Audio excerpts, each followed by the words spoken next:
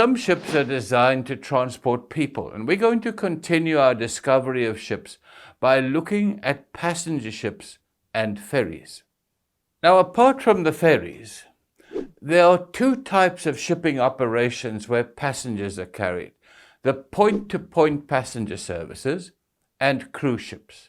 Now, point-to-point passenger services include passenger ships that operate from one designated port to other designated ports, and they operate on a fixed schedule and are known as liner services.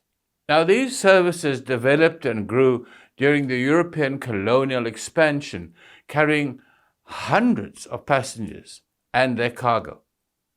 In South Africa, the Union Castle Line was the best known example of a point-to-point passenger service carrying mail and passengers and even cargo from Britain to South Africa. Now, there are very few of these point-to-point passenger services left, and there are many factors that led to the end of those services, including the end of the mail service, which closed in 1977. With the advancement of air travel, passengers arrived at their destination in a much shorter time than by sea. At its fastest, one voyage by sea from South Africa to the UK might take 11 days, compared to 11 hours by plane. Oil price increases and the consequent increased fuel prices for ships added to the cost of their operation, particularly where those ships were heavy on fuel. In addition, a devastating British seamen strike in 1966 resulted in large wage demands and also added to the operating costs of these ships. But the big thing was containerization in the mid-1970s that also left the former point-to-point passenger ships with less cargo and therefore less revenue. A popular type of passenger ship is the cruise ship, which carries passengers to tourist destinations of great beauty and also, of course, places of historical interest. And this has happened since the 1920s. Miami and Fort Lauderdale in Florida in the US are major centers for cruise ships because of the many nearby tropical West Indian islands. The Mediterranean Sea is also a major center for cruise ship operations because of the warmer climate and the many historical sites surrounding the Mediterranean. There are also interesting cruises around Alaska with its beautiful glaciers, its fjords, and its mountainous coastline. Australia, too, offers a warm climate and islands, making it ideal for cruising, especially from Sydney, while Singapore and Shanghai are also exotic destinations for cruises.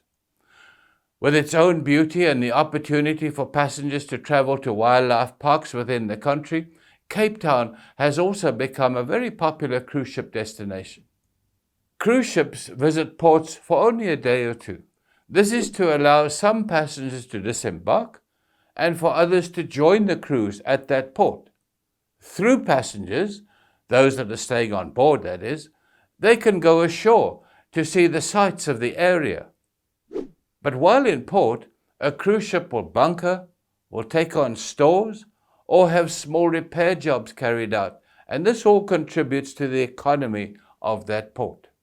The cruise industry came to a stop during the COVID-19 pandemic from March 2020, when about 500 large cruise ships were laid up in many ports or anchorages as they could not operate because of the virus. And we're looking now at ferries, which is actually another type of passenger service. These vessels link islands with the mainland, or they link ports across a narrow sea or across a narrow gulf.